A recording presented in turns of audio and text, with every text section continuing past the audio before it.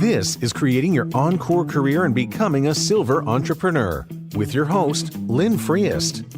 Lynn will share ideas and expert advice from people that are walking in your shoes and living their encore careers, where they want and at the pace they want. You'll start a company of one with confidence and knowledge to live a fulfilled life of freedom and ease. Lynn is a coach and leadership consultant whose mission is to show senior leaders and experts how to start something refreshing and new after a full career in the corporate environment. Hello, and welcome to this episode of Creating Your Encore Career, doing the work you love, when you want, and where you want. Thanks again for listening. With an encore career, you can be creating value beyond just winning that next pickleball game. Do the work you love, when you want, where you want, and you can live your dream just like I do. And if you're ready to get started right away, please contact me at lynn@lynnfreest.com. Again, thanks for listening in. This is episode 196, and we're talking about how about an encore life and not just an encore career. So it's one of those things I've gotten some feedback that I wanted to share with you because it could be I'll be rethinking the name of this podcast. So I may be changing it to Encore Life from Encore Career. What I found here is that the word career seems to be having some unintended negative connotations in it. People were thinking, as I said, Encore Career, you're asking me to give up one 50-hour-a-week job and jump right into another 50-hour-a-week job. And of course, that was never my intention. But again, as people just see the titles and hear the first glimmers of it, they say, I don't want to work. Now, that may not be true forever, but they're saying, I'm stepping away from work. Now, there is some other research out there that if you don't have an intention about things without a plan, they've said that people can go to just watching up to 47 hours of TV a week or internet or streaming in retirement. So some of that probably isn't what you're looking for either. But again, what people have said, and I've seen from the research also, is that people do want to take a break when they retire. They want to do things like just not work. They can go through their bucket list. They can do travel. They can even tackle a to-do list of projects at home. Actually, what I'm considering now is to suggest that people plan to take a sabbatical when they begin retirement. And I think this is a way to approach it a little more intentionally. Not that you're planning to, quote, do anything in this sabbatical, but just have maybe some things you think about during this period of time. You can indeed travel, do your bucket list, work on your home projects, whatever it may be. But again, this research said that without a plan, people tend to go through about a 1 to 3 year period figuring out what to do, or they just drift into whatever comes up next. Unfortunately, some of them can drift for quite a while and then be fairly dissatisfied with what they thought was going to be an interesting and engaging retirement. So looking at some things, there are basically 3 things that people want or that really help them have a useful and thriving retirement. One is having a purpose, and that can be simply said, something that gets you up every morning and gives you some identity. Now, that could be becoming a great grandparent. That could be volunteering at the food bank. That could be a lot of different things. But again, it seems to be helpful to have some sort of a purpose. And quite frankly, the data says that you will live longer if you've got some particular purpose in mind, whatever it may be. The second thing is having friends, community, peer group. And sometimes it requires new friends.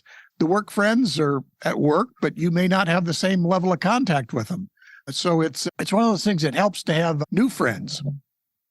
And then another thing is being intentional about your health. We're living healthier and we're living longer, but it does pay to be intentional about, are you doing the things that will help you stay healthy longer so that you don't have a longer life and yet are very limited in what you can do? So this whole idea, I think, of a sabbatical is worth spending some time on, worth considering, and it really allows you to be more intentional about this first period of retirement. And it is still a period of rest. It's a period of recovery. You can use your curiosity and you can explore ideas. So it's a period of time where you don't just jump into the next thing or completely just do nothing, but you're doing some things at a relaxed pace, but intentionally. And Indeed, one facet of that is actually being more intentional and focus on your transition, deciding what your next chapters might look like. In fact, I was just reading a thing about 10-year goal. If you're retiring at 65, you could easily have even two sets of 10-year goals. Now, you may have different ones over those two sets of 10 years, but you might actually put some time in thinking about what your next chapters might look like and intentionally say, hey, I'm going to do this now, but I'm going to do something different later. A gentleman I spoke to that has done a lot of work around financial planning, he encourages his clients to think about 3 phases of retirement. He says it's the go-go years when you're doing a lot of different things, whatever they may be, that you have a lot of energy around. There may be some years that are slow go. You may have just simply gotten older, but you may say, I'm not as interested in traveling the world at this point in my life. And then at the end, there's probably some no-go. And it may be years, it may be months, it may be whatever. And we all may have physical limitations, but that doesn't mean we're not busy. I've used this example many times before. A friend of my mother's who was in her late 90s, every year she had a project. Now, in her last year before she passed, her project was to learn Italian. So she could do that right from her home, right from where she was. But she had something that she was going to be working on, even in that last year of her life. So once again, during this sabbatical area, you can do the bucket list, you can travel, you can tackle your to-do list of projects, you can do all those things. Again, break up that time, make that transition from 100-mile-an-hour work to more of what you're going to do next. And some of this, while I'm talking about people my age or maybe a little younger, this is going to be an issue for almost all of us. I was just talking to some college seniors, and I just reminded them, as you graduate here from college in your 20s, you could have a 60-plus year active lifespan. And that'll mean you'll probably have multiple careers and even more jobs. So there could be several decades of time available to you even after retirement. Plan to reinvent yourself during this 60-year period of active life, and plan to the fact that you may have a couple of decades in, quote, retirement where you're pursuing something else. One of the things that I hear people talk about too is especially in that transition, and I think that came through COVID even more, people are looking for significance and not just success anymore. In other words, they were actively doing things in the first part of their life. Now in this next part, they want to be doing the right things. So this whole idea of do the work you love, do it when you want, do where you want, makes more sense, or it certainly for me is more compelling. And you get a chance to do that certainly later in your life. Now, finances will still play a role. And if you have a 30-year lifespan after, quote, retirement, that's a lot of time to fund things. Some people will no longer have to work for pay, but quite frankly, some will. And some may have very little savings, but probably a lot of people have at least some resources. So really what they might be needing is supplemental income. So that could be part-time, it could be contract work. You could even be, quote, volunteer or nonprofit work, but maybe you're getting paid a stipend for it. So it's different ways that you might start thinking about, again, this is going to be a life, not just a career, but on the other hand, you may need or want to have some pay involved in that. So again, work depends on each of us as individuals, but work can still play a role in retirement. Again, it provides you with a purpose.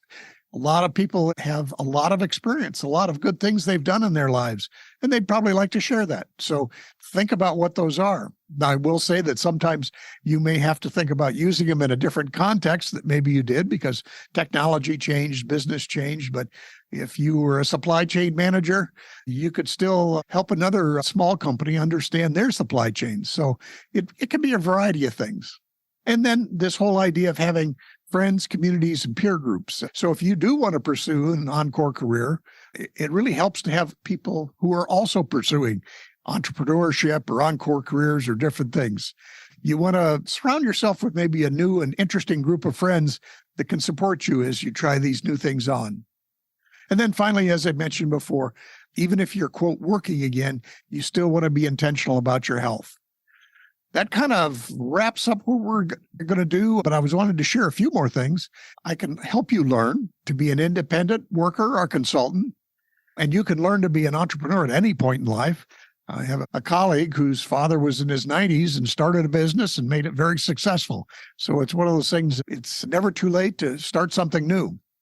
I also am certified in Mike Kim's process called You Are the Brand, which steps you through 8 of the steps you need to start your own personal brand business. And then finally, in the broader sense of things, the economy needs you. We actually don't have enough workers in the existing economy, and we all read about how the labor force is tight, but that's actually only going to get worse because there aren't as many people following up to jump into the workforce. Again, if anything else, the economy does need you to be making a contribution. Maybe you're in your own way, in a different way than you have in the past, but you are needed. So just some of the things that I can help you do when you think of making this transition to an encore life is literally there are ideas and there are processes around making transitions to help you make sense of this time, because it can be somewhat disorienting for people as they just experience it without having some sense of, oh yeah, this is normal, this happens, and you can get through this. There's a whole idea around adjusting your mindset. You know, you had a lot of structure, you had a lot of processes, you had things that gave your day and life meaning, and literally they're the habits of work that you had in the corporate world. So you've all been freed of all those, which is the good news. But then the thing is, what do you do now? So that you have to be a little bit intentional about saying, okay, here's the new structures, routines, habits that I need in this next chapter of my life. And there's the purpose. And I think you can look at that in a couple of different time frames too. It could be my purpose right now is to travel. This is what's going to get me up. This is where my attention and energy is going to go to. But you might say, okay, what would be a purpose that I could be engaged in for 5 years or 10 years or 15 years? Now, it doesn't have to be the same one. You could say I'm going to take 3 years and finish up my to-do list, as it were, my home projects. But it could be then I'm going to re-engage and try to use my expertise in some fashion. And then it may be following a period of time, my purpose is going to be to give back in terms of volunteer work. So there's all kinds of ways you can talk about what your purpose is, but there's a strong reason for you to have one. The next piece is I can, again, help you find community, friends, colleagues, peer groups, networks. It's important to do, and I've certainly learned how to do that for myself, and I can help you. The other thing that I think is important is helping you create a practice plan for the new you. Sometimes we can get good ideas, but you actually have to maybe get some support in actually having a structured practice plan to actually make them happen. Now, another piece I can help you understand is what I call and others have called the portfolio life. So that you're probably not going to do just one thing. It could have been in your corporate life that your work was all consuming and ate up most of your day and life. In this case, now you can start thinking about, I may have not just one purpose, maybe I've got some multiple. So I'm going to devote 30% of my time to being a grandparent, 30% of my time to sharing my legacy with others and my skills and knowledge, and 30% of my time volunteering or traveling. And again, when you consider your life as a portfolio, these things will shift over time. You may put more emphasis on one thing or the other, depending on where you're at in your journey. And then there's also finally you can probably make some plans for your no-go time. And this could be a time where you could be contemplating things. You may be writing memoirs. You may be learning Italian, as I mentioned earlier. But there may be times when you're just, again, it's more of an inward journey than an outward journey that you're on at that point. This doesn't mean you're in hospice or anything like that. It just means I'm going to just spend time contemplating nature, experiencing the awe of nature, those kinds of things. Perfectly fine and wonderful. So that's a quick run through of the things that I can help you do as far as helping you create your encore life with some intention. And with an encore life, you can be creating value in the world. And it could be beyond just winning those next pickleball games. You can do the work you love. You can do it when you want. You can do it where you want. And you can live your dream. And even as your dream evolves over the period of time after corporate life. So if you're ready to get started today, please contact me. at lynn@lynnfrias.com, or head over to my website at lynnfrias.com. You could listen to some of my podcasts, get on the email list, but by all means, reach out and contact me if you have questions. Thanks for listening, and we'll see you next time.